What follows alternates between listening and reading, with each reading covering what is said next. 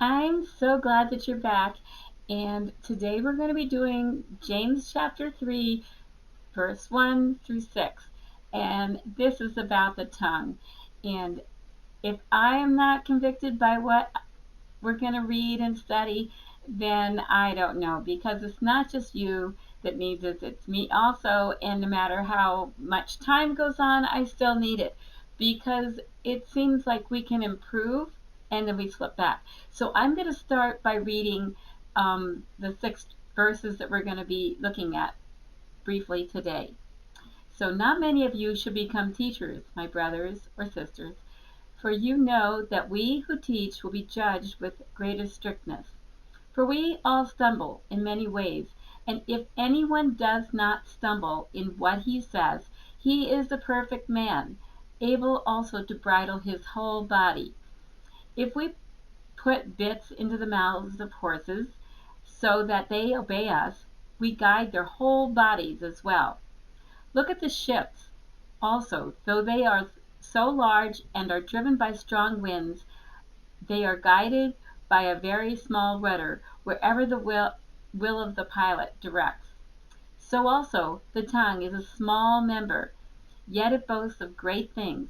How great a forest is set ablaze by such a small fire. And the tongue is a fire, a world of unrighteousness.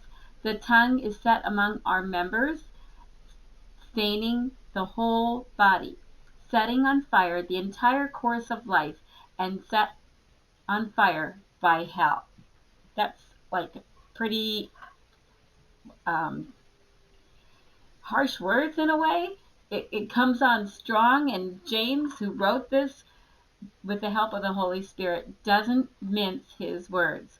So our tongue is very small compared to the rest of our body, compared to our leg or our torso, and it's just tiny, very, very tiny, but it's like able to control our whole body, and it shows the condition of our heart. And like a doctor will put a tongue depressor in your tongue, and you'll stick out your tongue and he'll look at it, and he can tell a lot about how you're feeling and maybe what's going on. So the first verse, it has a pretty hard thing to a hard warning for teachers, well, like me. And if you teach Sunday school, or you teach your children, homeschooling them, or even if you're just like teaching them after they come home from school, it says, not many of you should become teachers, my brothers or sisters, for you know that we who teach will be judged with a greater strictness. So we really need to be careful how we speak, and we really need to be paying attention to these 6 verses. So our tongue is unreliable. We cannot rely on it. And it's destructive, and it's destructive towards those who we teach if we're not careful. And people can even pick up the spirit of which we're speaking that comes across on our tongue. Even, yes, there's a tone, but even if our tone is correct, what I learned at one point is that my children could even pick up on my spirit that's coming across through the words I say. So James is conscious of his own shortcomings. He's not just saying this to you or to me, and he's not being judgmental in that way, so that he's aware of his own need of these verses and these thoughts that the Holy Spirit and what he was taught through Jesus. Jesus is James's half brother. Okay, he's one of the children that Joseph and Mary had after Jesus was born. Um, he has no false perfectionism. So James isn't being like that, where he's like saying that he's arrived and he's able to control his tongue. No, he's warning us, and he's actually being humble and saying, yes, I have trouble with this too. And we all stumble in many, many ways. And okay, in verse 2 it says, for we all stumble in many ways. And if anyone does not stumble in what he says, he is a perfect man. And there's only one perfect man, and that's Jesus Christ. So if you're able to bridle your tongue, you're able to bridle your whole body. And we don't use that word probably, or that the word bridle, to refer to horses too often. If you're a horse lover and you have the privilege and the wonderful chance to ride horses often, you'll know what this means. They understood some of these farming type of terms with animals better in those days, but there's no reason we can't try to understand, because we can learn so much from animals. So I don't ride horses very often. I'd love to, but the bridle is connected in their mouth, put in their mouth, and it controls the horse's tongue. And then through, like, grabbing the reins, it controls the direction a horse goes. And I love to watch movies about horses. So if you do, you'll see they often will try to control this very unruly horse and train it. And once they do, they can control the horse through the reins and connect it to the bridle. So, but the horse's mouth and our tongue, our tongue also, and it's like that. If we can bridle our small, tiny tongue, we can bridle our whole body and control the things that we say, the things that we do, and that are wrong towards others, the actions, stealing, lying, having an affair with somebody. We can control that and hold it in with bridling our tongue. And some of it's up to us. It's not just all the Holy Spirit. We make our choices, and we make the choice to follow the Holy Spirit. So usually what comes out of our mouth and off our tongues is a pretty accurate indication of how our heart is. And we want our heart to be godly, and we want to have a heart that's humble and moldable after what God's directing in our life. And a mature person is able to bridle his tongue. And if you can bridle your tongue, you can master your whole body. The control of your tongue has both negative and positive aspects. It involves the ability to restrain the tongue in silence. And oh, isn't it hard to be silent, to be quiet? And if you're around family or your own individual unit of a family or extended family or friends, oh, we can start drinking. So I don't drink soda, but I can drink iced tea. The sugar can have the same effect, coffee, tea, and you can start like eating the sugar, the cookies, whatever, the pie, and the sugar, I don't know, for me, maybe not you, I can start like loosening up and start um, saying too many things and being out of control, so that um, our our tongue can really, it's really important to learn to control your tongue. Maybe also your consumption of sugar through drinking soda and that sort of thing, and the desserts that are available. I'm not talking about that really, but it's just um, it's just control in all areas of our lives, and it starts with our tongue. So, so being able to control your tongue will make it possible to culture and develop, through the Holy Spirit working in you, gracious speech, which is where we want to go. Sanctification in the area of our tongue is something that will work out into other areas of our lives. So putting off and putting on. Okay, speech and silence, it marks, or speech versus the silence, and the kind of speech you have marks a mature Christian.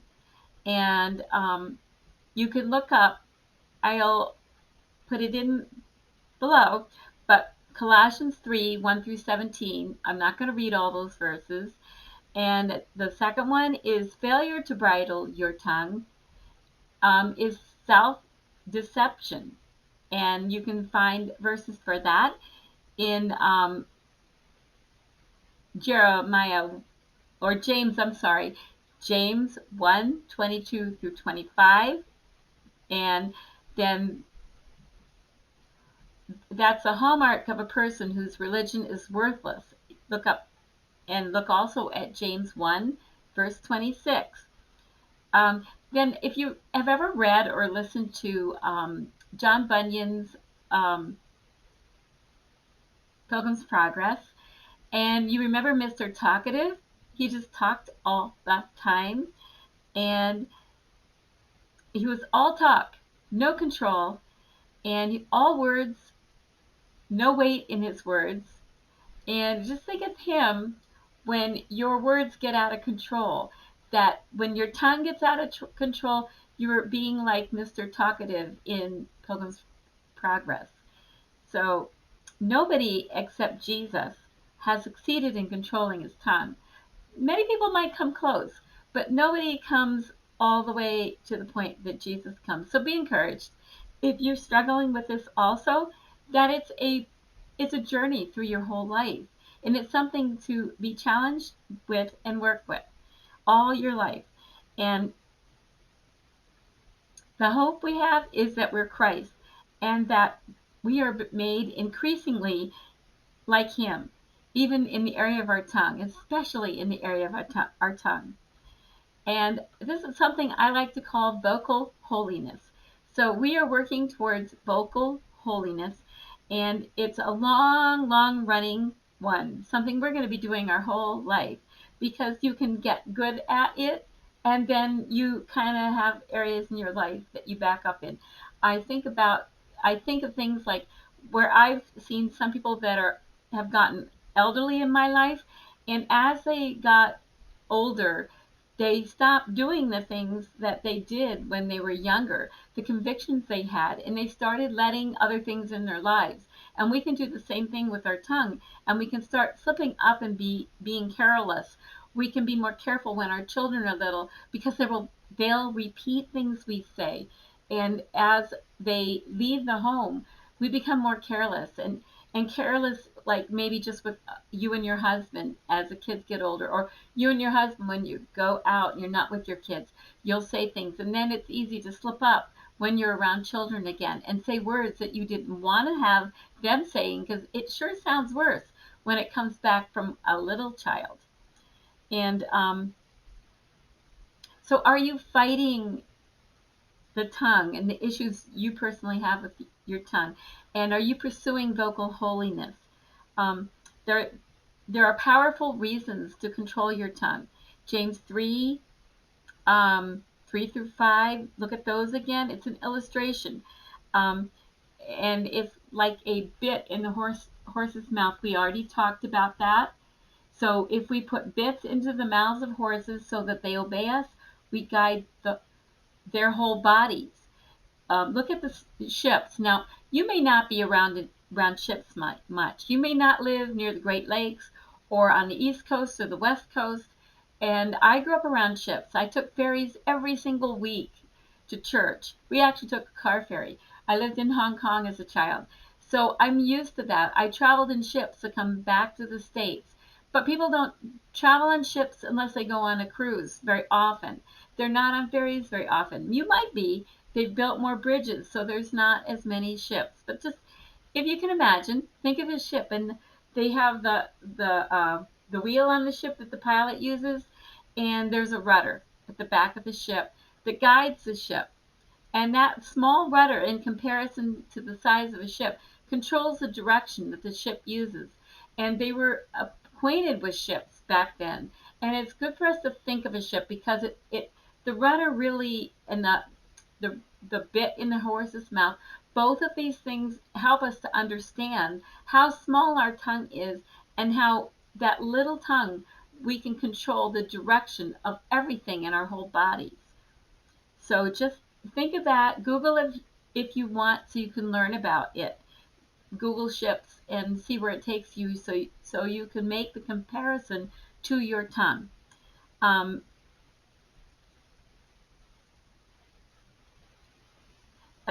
your tongue carries into the world the breath that issues from the heart. The words that come on our breath.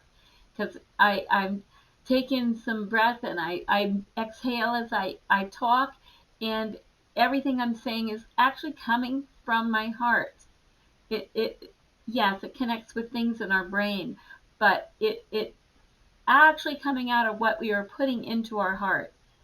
So someone who is polluted in their speech and often not aware of it is polluted in their heart. So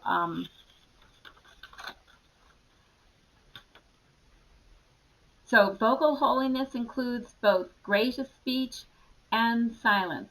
It is so hard to be silent around people.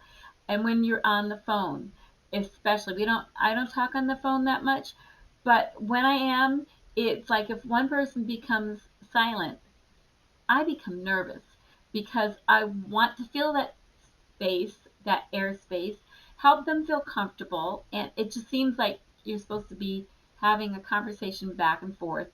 Um, but that's a good illustration of silence because we feel the need, most of us do, and don't feel comfortable being on the phone without one of us speaking. James sees the tongue as an instrument of extraordinary power out of all proportions to its size. And really is. It's so small compared to the size of our body, and yet so powerful. And even though it helps us talk and it helps us eat, its most significant connection to the heart is through how or what we say, the words we choose. And whether our heart is hardened by sin or it's recreated by grace, the grace that God gives us. Um, we should feel the convicting power of what James is sharing, and not so much that we are perfect in the use of our tongue, but we should just be convicted about it and motivated to pray about this and ask God to help us with this more. And that's why James begins by saying how difficult it is to control and tame the tongue. It's difficult to control the tongue, indeed almost impossible to tame it naturally, because its power is out of proportion to its size. We need Jesus and the Holy Spirit to help us control our tongue. And these are some ways that the tongue is causes destruction. Um, it's a fire. This is from verse 6, and I should read 6 to you again. Okay, and the tongue is a fire, a world of iniquity, of unrighteousness. Iniquity is from the King James, which I love to read both. So, and the tongue is a fire, a world of unrighteousness. The tongue is set among our members, staining the whole body, setting on fire the entire course of life, and set on fire by hell. Very important. Okay, first, it's a fire. A small fire can destroy an entire forest. If you listen to the fires that take off in California or sometimes Florida, I mean, think about it. A little spark and they're having major problems. A sharp word, a loose sentence, a, a callous comment cannot easily be extinguished. We say more. And someone was saying like some very sharp, terse words to me the other day. Whole face of that person was like tensed up, and just their eyes.